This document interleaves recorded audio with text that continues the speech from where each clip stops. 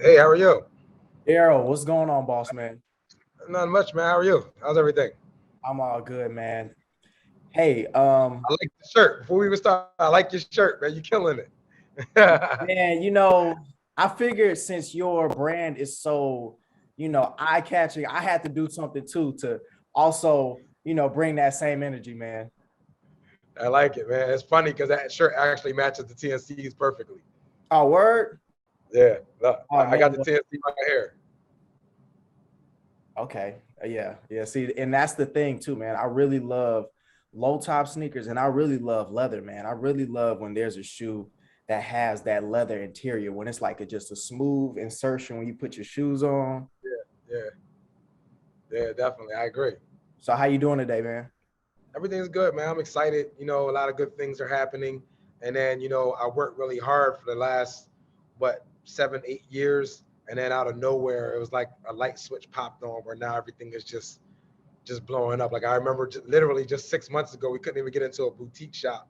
And then all of a sudden, Footlocker comes along and we're in Footlocker. So it's like, everything changed and it all happened really quickly. So every morning that I wake up, I'm just excited. For sure, man, for sure. And you said the last 6 months. Tell me about that. Did you just get the boutique within the last 6 months? No, what I was going to say was like trying to get into a store or trying to get into a boutique rather is very difficult because it depends on the kind of store that it is. It depends on what kind of products that you sell, that they're selling. Like it's a lot that goes into it. And most of the time, they're not really open to take on new products because their whole goal is to try to sell whatever their products are. If people come in and they don't know who the brand is, they're not going to buy it. So most boutiques are kind of hesitant with taking on new brands. So it's kind of difficult to be able to get into a store. So when I get that call from Foot Locker saying, "Hey, we're trying to put your stuff in here," I'm like, "Is this a prank call? Like, I don't understand what's going on right now." And then finally it went through and everything was great. Man, So that's dope, man. Because one thing I will say after reading that press release, it surprised me as well because it's not often that you hear a not a Nike or Adidas or a New Balance getting put in a Foot Locker store. yeah, yeah, and that's the thing that got me. Like I was so excited at the fact of being on the shelves with the same people. Like I went in the Foot Locker the other day just to check to see like what my stuff looked like on there, and we're sitting next to Timberland. So I'm like, yo, like my stuff is next to Timberland. This is crazy.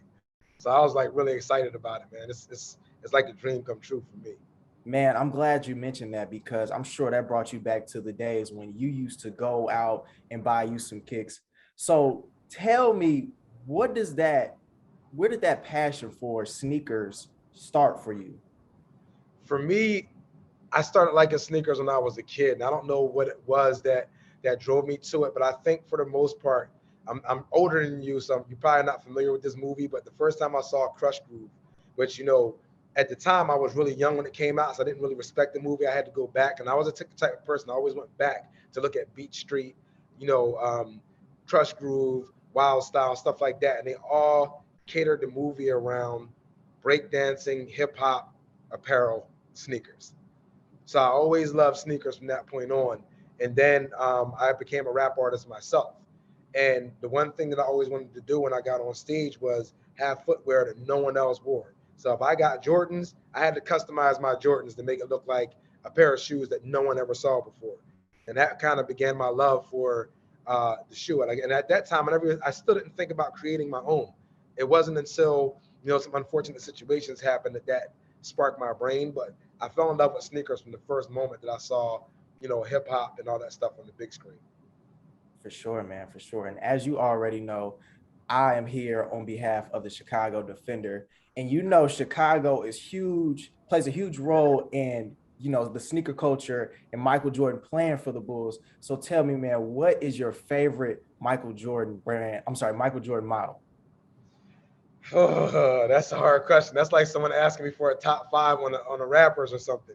Um, for me, I want to go with the ones, the first ones, Okay. because I still remember. Like I want to go after the number that really sparked me as a person, and I can say it was the ones because I still remember having that poster where he was like, you know, doing that where he was jumping in the sky and he had the black and red sweatsuit on. Like I still remember that on my wall. I remember all the Spike Lee commercials, you know, when he was doing the Spike Lee thing. So for me, that was like a pivotal moment for me when it comes time for shoes. So I'm going to go with the ones. For sure, man. And you know, ones are super hot right now. You can't even get your hands on one Yeah, without yeah. paying an extra price. So, do you remember the first time you got your hands on a pair of Air Jordans? Well, the thing that was crazy was that when Jordans first came out, unfortunately, I wasn't able to get them because they cost too much. And you know, my parents were like, "I'm not going to pay, you know, $100 for a pair of sneakers that you're just going to run around and tear up." So it was like a couple years later that I finally got them. But I just remember the first time that I got them, I didn't even want to wear them because I was so worried about even the soles getting dirty. So it was like, you know, as a matter of fact, I still have those too. The same ones that I got back then. I still have them to this day. In which model was it? There was the ones. Oh, so it was the ones. Okay, cool, Yeah, cool. yeah. By the time I got the ones, they was already on like the threes. But I still love the ones though. You know, Yeah, but what was the number that they had the patent leather on the front? Like, you know, 11. all right, well, I love those too. I love those. So tell me, man, so you being somebody that loves other people's brands, what made you want to create your own brand instead of just being a consumer? Okay, well, for me, I started off as a rap artist, like I said, and then it transitioned into me customizing shoes. And then when I got my customized sneaker store down on a street called South Street here in Philadelphia, you know, me and my team, we used to customize Air Forces and Jordans and all that stuff. You know, we used to sell them out of the store. And then I got in trouble and I was in prison.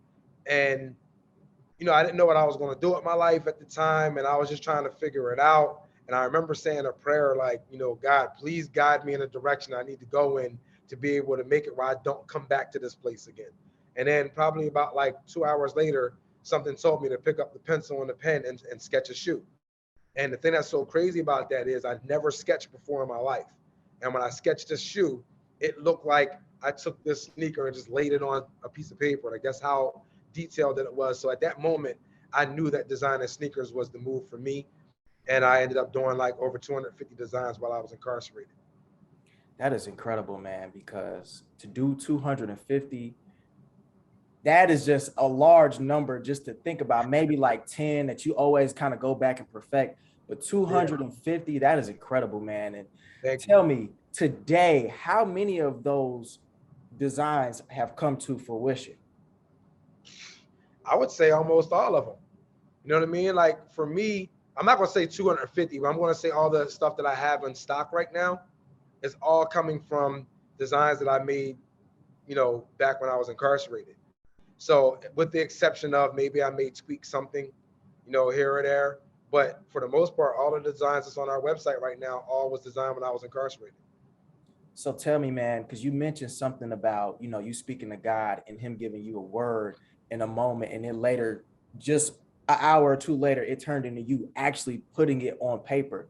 Tell me how important faith is when it comes to you creating a brand or just any sort of project that you want to come to life. I want to say I wasn't a firm believer in faith prior to my incarceration. For me, I kind of just lived my day and was just happy that I made it home that night. I didn't really like have a care in the world about anything like that. It wasn't until I was incarcerated. And I want to say that it's very important for you to be spiritual and in touch with your God, regardless of what it is that you're doing, whether it's your personal life, business, or anything else that you have going on. I feel like every single thing that I've accomplished in my business, if it wasn't for God being there with me and putting me in position, I know that I had to go out and do the work, but I was blessed with all the different things that fell on my table. And I know for a fact that if I didn't have that strong belief in my connection with God, none of this would have happened. It's impossible. Absolutely, man. And tell me, what was that experience like, you being in a jail cell? Because how many years were you incarcerated? It was over a period of a decade. I did 1 year, came home for a year or two, did 3.5, came back for 9 months, did 6.5, and in between all that, I was doing parole violations and stuff like that. So I would say total, it was probably about like 12 years altogether of incarceration. But it wasn't until my last one that I did 6.5 years that I actually figured out that this isn't the thing for me. All the different times that I was in there, all I would do is take that time to try to figure out how I could perfect being a better drug dealer. You know what I mean? Like I never thought about, trying to do the right thing. Like I always looked at it where it's like, yeah, I'm going to hustle, but I was always going to use that money to try to go towards something else. So I did have a sneaker store. I did have a record label. I did have a couple other things. I was trying to branch off into doing business, but I just didn't have the opportunity and the know-how to be able to get funding for my business. So it wasn't until my last trip that, I started getting faith. I started to, investigate, my religion. And sooner or later, it just seemed like everything was just popping to me naturally, where I didn't have to worry about going outside of my, circle to try to figure anything out. Like everything all just kind of came to me at that point. Absolutely, man. Absolutely. And tell me, for those who've never been incarcerated, what is it like to be in that jail cell on a day-to-day basis?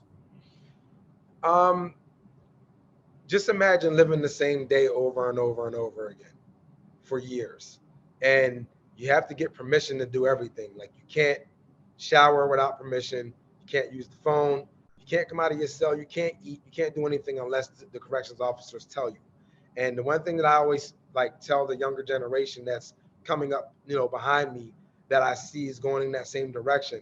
I try to explain to them that these same guys that's running around here with all these guns and shouting all this stuff out in music and all this other kind of stuff, these are the same dudes that have to stand up for count every time that buzzer rings. All that gangster stuff that was happening on the streets, you're not going to be able to do that when you're incarcerated. And it's just, for me, it was difficult because, you know, I'm in a prison where I'm around 4,000 men that I don't know. I've never been in a situation where I'm surrounded by so many people and felt so alone in my life. And the thing of it is like, you have so many different groups of people in there that you have to watch your back on, whether it's the officers that are patrolling what you're going through, whether it's the gang situations, whether it's certain neighborhoods that clicked up. It's like there's so many different things that goes on, and it's kind of hard to be able to keep your focus when you're there. You know what I mean? Like it's like hell on earth. Like it's that's the best way I can describe it. It's like the worst thing that could have ever happened, and you have to relive this day over and over and over again. It's the same format every single day, so it's hard. Tell me about the mental aspect of being in there, because for some people, they didn't make it through their whole sentence and they, may have committed suicide. Um, I could say that it crossed my mind a couple of times myself. And I want to say the only thing that kept me strong was just the fact that I stayed, prayed up, and I was asking for guidance. The one thing that's hard about being incarcerated is you have no control over what's happening in the street.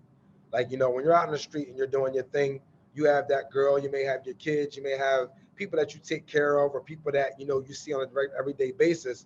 But when you get incarcerated, it's like out of sight, out of mind.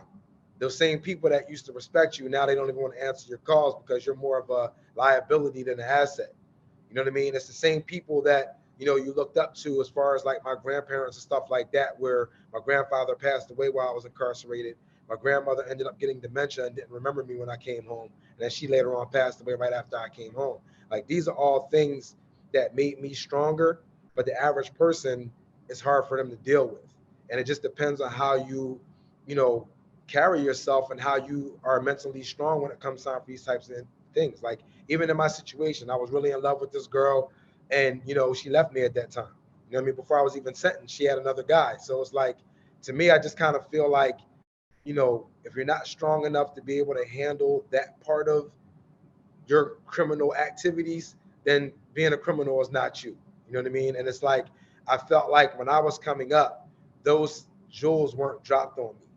Like no one ever told me that, you're going to lose your girl, lose your parents, lose your grandparents, lose all your money, your cars and all this other stuff that you have going on is all going to disappear. It's going to get taken when you get arrested. Like no one broke any of that stuff down to me. And I'm not going to lie to you. Even if they would have, I probably wouldn't have believed it. You know what I mean? So it's like, right now when I'm trying to talk to the youth, I basically try to explain all these different things to them so that way they can kind of understand what they're getting themselves into when they're doing the things that they're doing. Like every day, like the death toll here in Philadelphia with gun violence is so through the roof. And I feel bad for these young kids. They're 18, 19 years old, and they're going to do the rest of their life in prison over a decision that they made over a 3-second situation. You know what I mean? Like, it's a horrible thing to think about. Yeah, man. And it's just so crazy, man, that we have those obstacles in our communities that lead us to make decisions that we feel is in our best interest, but only land us in a place that we can't escape. Exactly. So tell me, man, I just want to take a moment just to step back a second, because you mentioned how your grandfather passed away while you were in prison. And then when you came out, your grandmother had dementia. Tell me, what was that like with you losing your grandfather? That's one grandparent, but also you coming home, finally being free, to another grandparent that doesn't even recognize you. Yeah, the thing that was really hard about that situation is my grandparents raised me. You know, my parents were young when they had me, so I spent a lot of time with my grandparents, and it was definitely a hard situation to deal with because I felt like my grandfather was there for me my whole life, and in the time that he needed me, I wasn't. So it was like, you know, it was just very difficult. And then the way that he passed away, it was even harder. I remember getting called to the chapel's office, and they were telling me that my grandfather literally only had a little bit of time left, and this is going to be my last conversation with him. So, you know, him and I had our own little things that we used to discuss, like, you know, whoever dies first, make sure that the other one meets them, you know, when it comes time for the second one to come, you know what I mean? Like stuff like that. So I just kind of reminded him of those conversations. And I remember getting really pissed off because everyone that was in the room started laughing. And I'm like, the hell's so funny? I'm talking to my grandfather, like this isn't a funny situation. But then I come to find out that he smiled when he heard my voice. And, you know, they said that he didn't give any kind of facial expressions or anything for, you know, almost a day. And then when he hears my voice, he smiled. And then after we hung up the phone, he passed away right after. Like he was kind of waiting for me to contact him, you know what I mean, before he let go.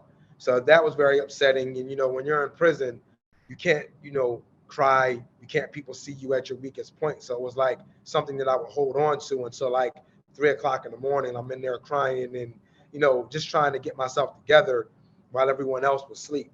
And then when it came time for my grandmother, I kind of felt like I'm just going to put all my love into my grandmom. You know, I always loved her. I'm going to put, you know, everything that I can into her. And no one in my family told me how bad that it was. But I was the type of person, I wasn't going to call home to run anyone's bills up. I didn't want to make collect calls and stuff like that. So on my first day home, I'm thinking I'm going into the house and talk to my grandmom. And I remember when I went in, she was in the kitchen and she had a bib on and someone was feeding her. And I remember like when I first saw her, my heart dropped and was like, yo, what's going on? Like I couldn't figure it out. And then it was like, you know, my mom decided to tell me everything that was going on. And my grandmother was so nice that she tried to play it off like she knew who I was, but she had no clue who I was. Like, it was the most horrible feeling in the world. So, but these are the things that people aren't describing to the younger generation that's coming up that are running in the same path that we used to, you know, run in. It's a horrible situation. It's like, I don't want to see people go through what I went through. I felt like what I went through was enough. Absolutely, man. And I'm glad you shared that with me, man, because a lot of people don't really understand how you miss out on life events when you get in a life of crime that sends you away from home for so long. So I want to ask, man, with dealing with those traumatic events, you know, before you were released, what did drawing those designs for your sneakers do for you? I think for me, it just helped me get through where I was at. Because when I used to design, I would literally get so lost in my sketch that I didn't even realize I was even incarcerated. You know what I mean? Like it took up a lot of my time.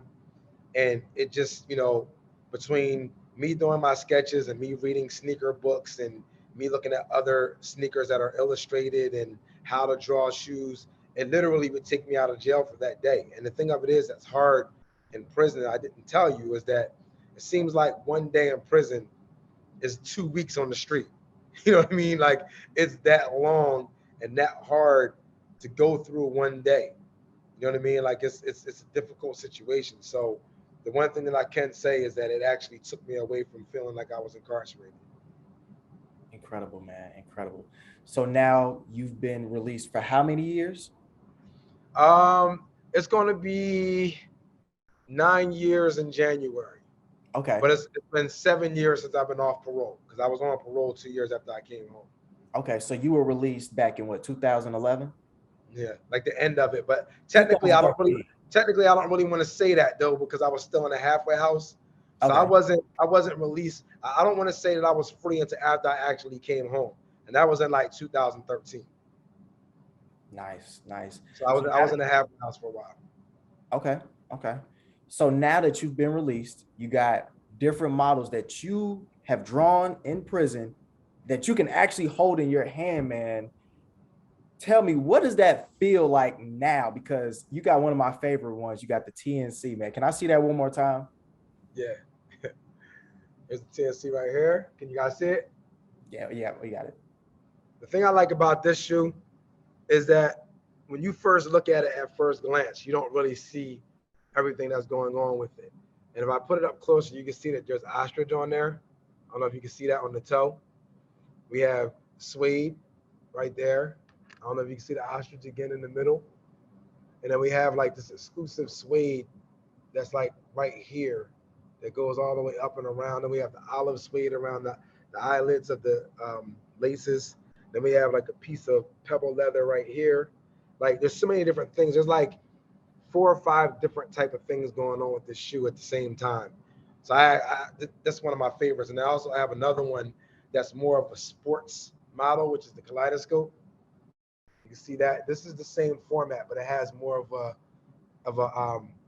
sports vibe to it. This one actually has green leather laces in it. I don't know if you can see that. Then it has like, the ostrich on it. It has the suede.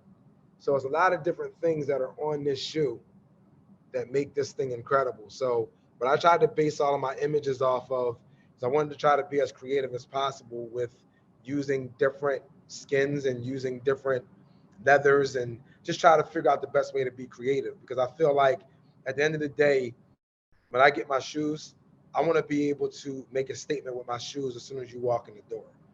Like when I walk in the room, it doesn't matter which style that I wear. I can use these all black ones right here for an example. When I walk in the door, all eyes are on my feet. You know what I mean? What's the name of that model? This is called the EOF. I didn't put these out yet. So I'm giving you guys a sneak peek of things that are to come. Like if you see this has the python on the toe. Can you see that? Mm-hmm. Ostrich up the side. We have a lot of different things going on with this sneaker. So, yeah, I like those. Yeah, so we have a lot of things going on. I know you said something about the 360. Here's another version of it.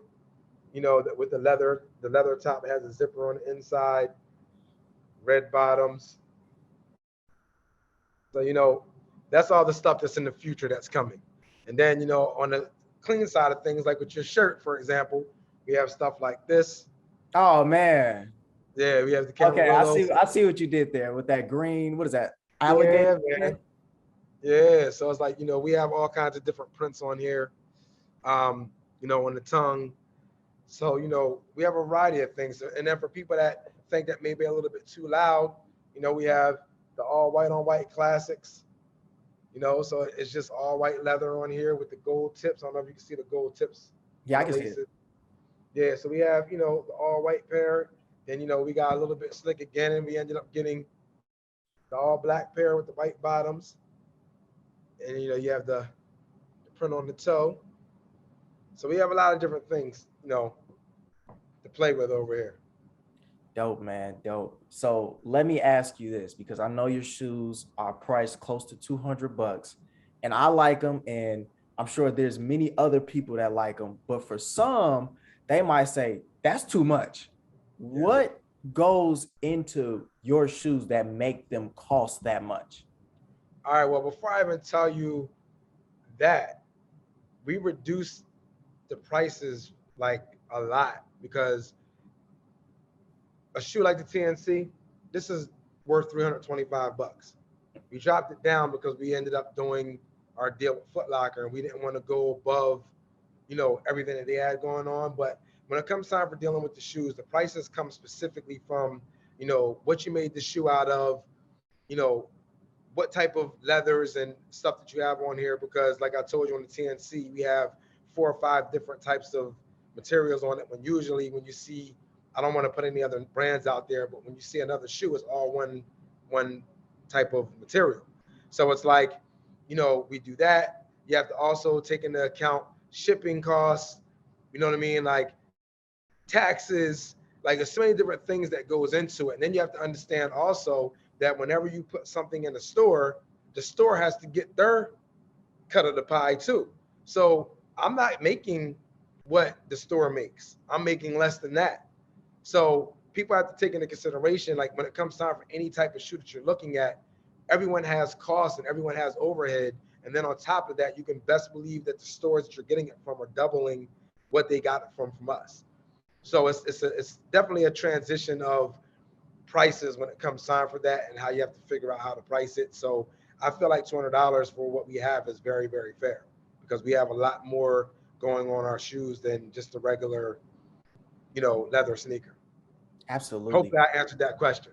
No, you did. And it goes into my next question, man, because, you know, people are finicky when it comes to support and they always want to use whatever excuse it is to not support somebody's brand when it actually may be produced with better materials. It just may not have the popularity of the same name because it's growing. Yeah. And it leads me into my next question, because why do you think in our community that there's this like reservation for like, they don't want to support a Black business, but they will go out and spend $800, $1,300 on a pair of shoes for a brand that's owned by people that don't look like them? Okay, I have an interesting thought to this, and that's a very good question. It's the first time this is ever asked to me. Go for it. But I have a 2-part answer to this. The first thing that I want to say, and this is just my opinion. I'm not saying just you. Just so just anybody opinion. Watching this is just Darrell's opinion. My opinion. All right. The first thing that I could say is I feel like in the urban communities, we have barbershops, we could say, right? And right. If you think about a lot of the things that are Black owned, or a lot of the things that were coming through the barbershop that was bootleg that came from a Black person, they'll come out with a trash bag full of polos. Yo, check this out. Like, I feel like we kind of put our own stamp on what we think a Black entrepreneur is because of what we see in our community, right? And then on top of all that, when it comes time for what we do as a Black brand, a lot of times we put our name out there without doing the full research and have the full understanding of what our business is and what it represents. Because I can tell you from the very beginning, I used to make shirts and I would buy, you know, Gildans and all kind of stuff and put my name on top of that and then get mad because I'm looking at it like, well, how come the Black community doesn't support my high-end brand? But me putting my name on a Gildan tee or any of those other kind of tees, that's not a high-end brand. You know what I mean? Like what I have behind me, like if you see the sweatshirts and stuff that I have, that's high-end. You know what I mean? Like, you know, from me picking the materials and all those different things, that's all high-end stuff. But I didn't know that my first 3 to 5 years in. So when you go to the average person in the neighborhood and these people are used to buying Gucci, Balenciaga and all that kind of stuff, and they know what quality even if it's fake. Like. Yeah. And you come in there and talk about you have a high-end brand and you have a Gildan stamped t-shirt, they're not supporting that. How can you get mad at someone that doesn't want to support that? You know what I mean? And it's like today, being as though I'm at the place that I'm at right now with my business, I get a lot of people that hit me up and say, yo, you know what I mean? This is a high-end brand. You know, I'm doing this, I'm doing that. And then when they send me photos of their brand, I can literally see the tag from the shirt that you got it from. It's not even your tag. So how can you tell me that you have a high-end brand? You didn't even take the time out to take the tag out. You know what I mean? So I see that, you know, that a lot of times I just feel like in our community, I think that we're just not ready. And if you think about it from a different perspective, when you think about a Gucci, Dolce & Gabbana, you know, Buscemi, stuff like that, you know that quality because you see it when you go to the store. But then when you have that Black guy that's coming up, their quality is not that. And it's like, we just have to figure out how to do our proper research first. And it's not easy. That's the reason why, you know, only a few survive in this business, because it's not easy. It's hard, you know? So would you say it's a matter of practicing what you preach, like you having the presentation as the seller, but also as the brand to show that you're serious and you know what your brand is, what it stands for? Yeah. I feel like, when it comes time for when you create your own brand, you should do your research. And, it's okay for you to say that you don't have a high-end brand. You can have a low-end brand, but you have to know your materials, because most people that start brands, they know what quality feels like. But in the beginning, you think that what you made is quality because you put your time and hard work into it. You know what I mean? But it's like, I know for a fact that if I touch a shirt, that it's not right. As a matter of fact, I can tell you a quick story. I remember one time I got connected with this manufacturer, and I'm gonna make it very quick. I got connected with a manufacturer. I designed the shirt from top to bottom, right? And they sent me photos of the shirt. I was really excited. It looked like, a collar. It was a 2-button collared shirt. Kind of reminded me of like a high-end polo type shirt. And I took it to a store at a mall around my area. And when I showed the guy the pictures of the shirt, he was like, "Yo, I love it. I want to place an order. I want to do this. I want to do that. But make sure that when you get them, you bring them to me so that way we can discuss further." I'm like, "Oh, bet. Like, I'm cool. Like, I just got my first account. I'm excited." The shirts come in. I go straight to the guy's store. I pull the shirts out, put them on the table for him, and the first thing he did was touched it. And when he touched it, he said, "I can't sell this in here."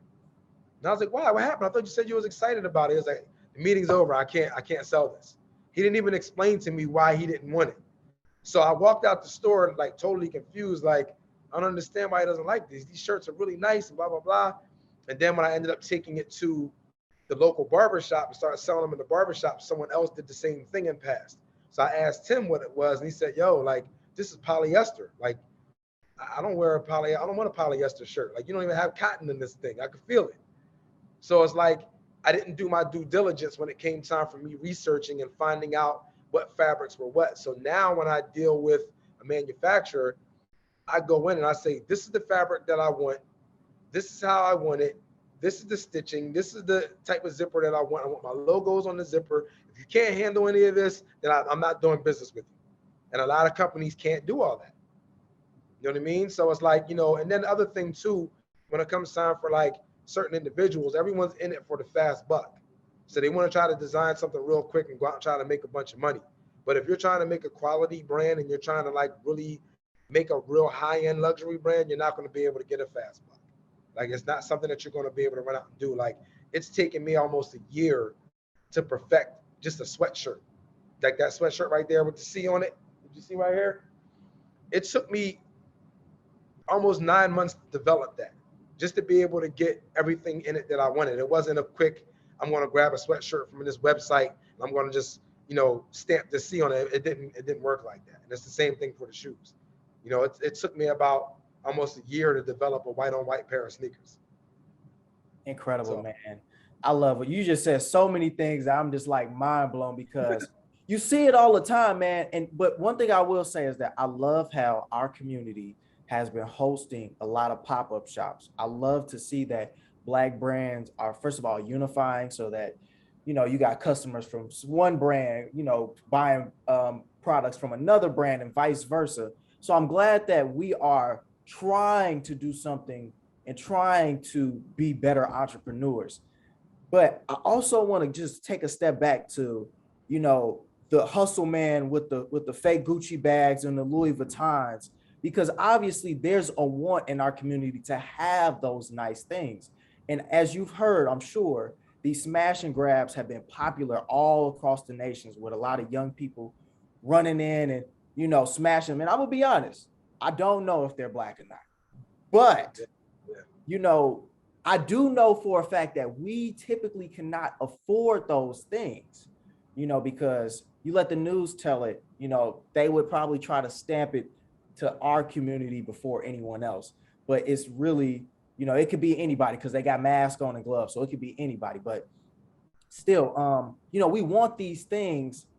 And just as a low income family in general, like coming from a low income family, what do you think that desire comes from to want to just get, rile up a couple people and be like, yo, we hitting this store, we snatching everything? I think that it comes from not having, it's like for me, I can only describe this in my point of view. Again, like I said in the last question, I feel like when I was younger and I used to look at music videos, for example, and I see all my favorite artists with all the best clothing on, the nicest cars and stuff like that, that gives me the inspiration to want when I'm not in a situation to be able to have.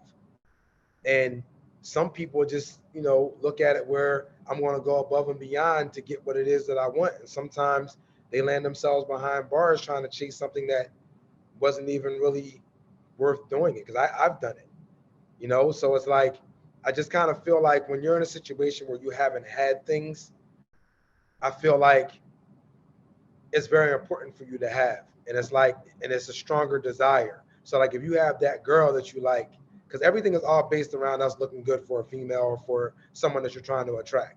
A lot of times it doesn't have anything to do with you personally. It just has something, the fact that you want to look good for everyone else. And if you know that the attention is on someone else because of whatever it is that they're wearing or whatever, you're going to want to get something better or equal, And I think that a lot of it comes from the fact that even when you think about kids in high school or growing up, they see rappers, ball players, and drug dealers glamorized, but they don't realize that you can be in a profession and make the same kind of money.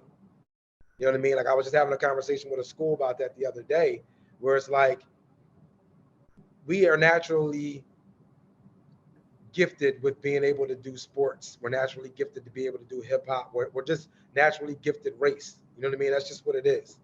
And I feel like a lot of times I've seen my own family members where they'll go above and beyond to make sure that their kid gets to that AAU league tournament to be able to play ball, or wake up at 6 o'clock in the morning to get to that basketball coach. But we don't put that same effort into trying to get our kids to get to a tutor if we're lacking education. So I kind of feel like when you put all those things in perspective, and you have that kid that's trying to play sports or trying to rap and they don't succeed at whatever it is that they're doing, they still want those nice things that they see their peers with. And that's where things get messed up, because we're not always guaranteed to be able to get a good job from it. And then that results robbery, theft, drug dealing, all these different things that take place because we want to still look good. And at the end of the day, I just feel like if we changed, our outlook on the way that our future should be, and understand that there's only 400 something people that's going to make it to the NBA, but you got millions of people trying to try out for the NBA. You have to have that fallback plan. And I just feel like our culture is not educated on that, because when I was growing up, all I wanted to be was a rapper. I didn't care about anything else. And now that I'm older, much more mature, and I understand, what all is out to offer in life, I'm so hurt that I just put myself in that box, because I could have been anything that I wanted in my life. And now I can't, because I have a criminal history. So I was forced to have to put myself in a situation to be the CEO of my own company. Absolutely, man. Give me 1 second. I got to grab my charger. Give me 1 second. Cool.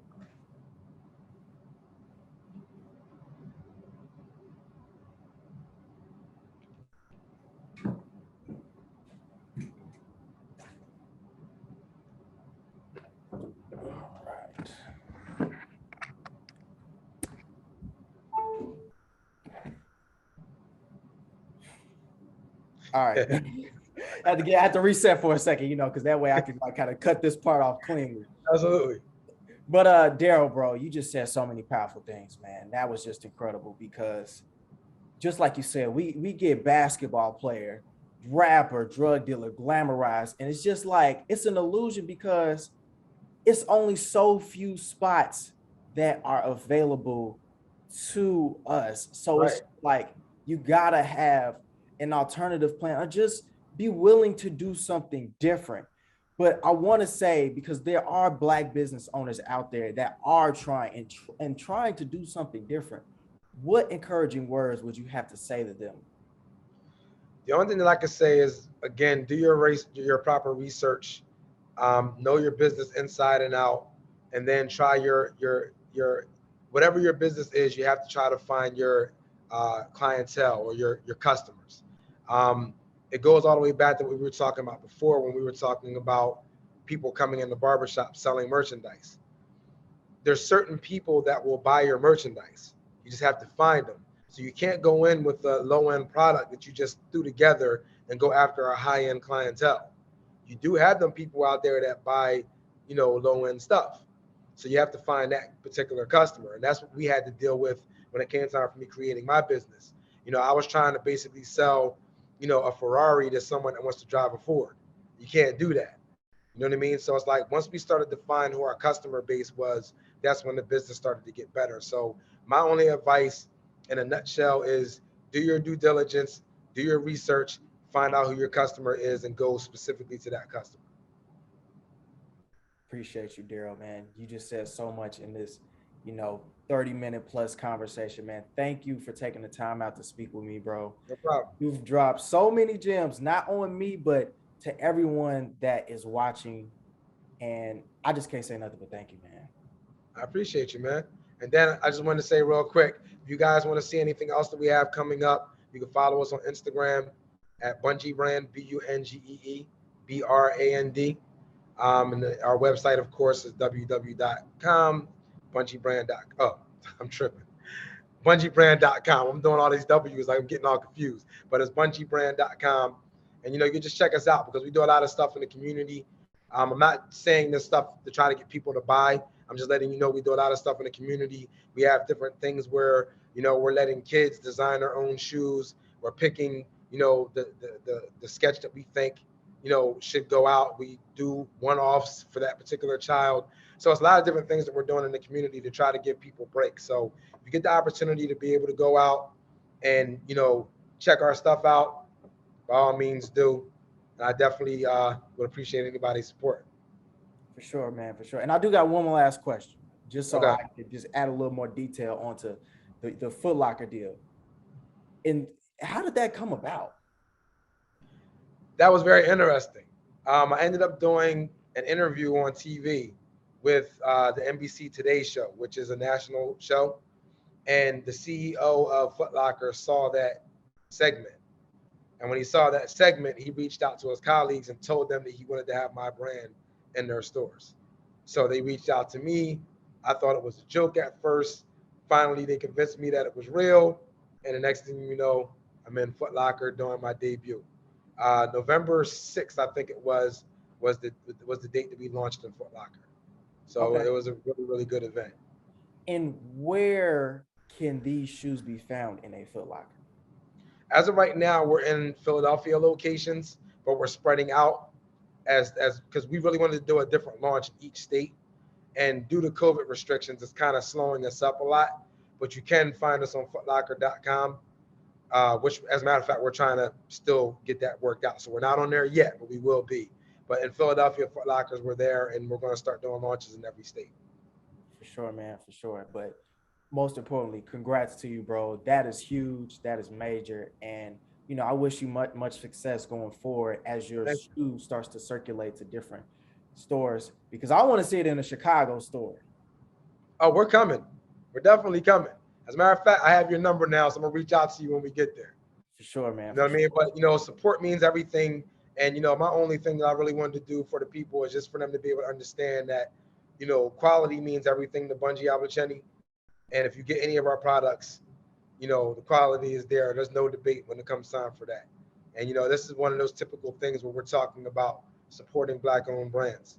It's like, we're not one of those bootleg brands that just came out of nowhere. We actually have a full-fledged shop over here. I don't know if you can see it in the background, but we have a lot of things going on here. So, again, I appreciate you for having me. And I definitely thank you guys, for all the support you guys have been giving me. For sure, man. For sure. Well, you enjoy the rest of your week, man. And keep me updated on anything you got coming out soon, man. Got you. All right, bro. Thanks, man. Yep. All right. Take it easy.